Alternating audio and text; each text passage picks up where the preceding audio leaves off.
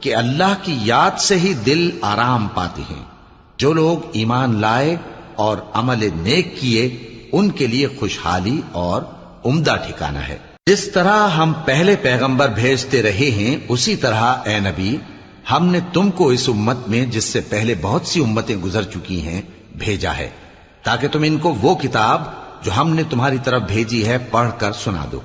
اور یہ لوگ رحمان کو نہیں مانتے۔ کہہ دو وہی تو میرا پروردگار ہے، اس کے سوا کوئی معبود نہیں، میں اسی پر بھروسہ رکھتا ہوں اور اسی کی طرف رجوع کرتا ہوں۔ اور اگر کوئی قرآن ایسا ہوتا کہ اس کی تاثیر سے پہاڑ چل پڑتے یا زمین پھٹ جاتی یا مردوں سے کلام کر سکتے تو کیا یہ لوگ ایمان لے آتے؟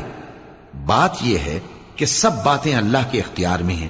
تو کیا مومنوں کو اس سے اطمینان نہیں ہوا کہ اگر اللہ چاہتا تو سب لوگوں کو ہدایت کے رستے پر چلا دیتا اور کافروں پر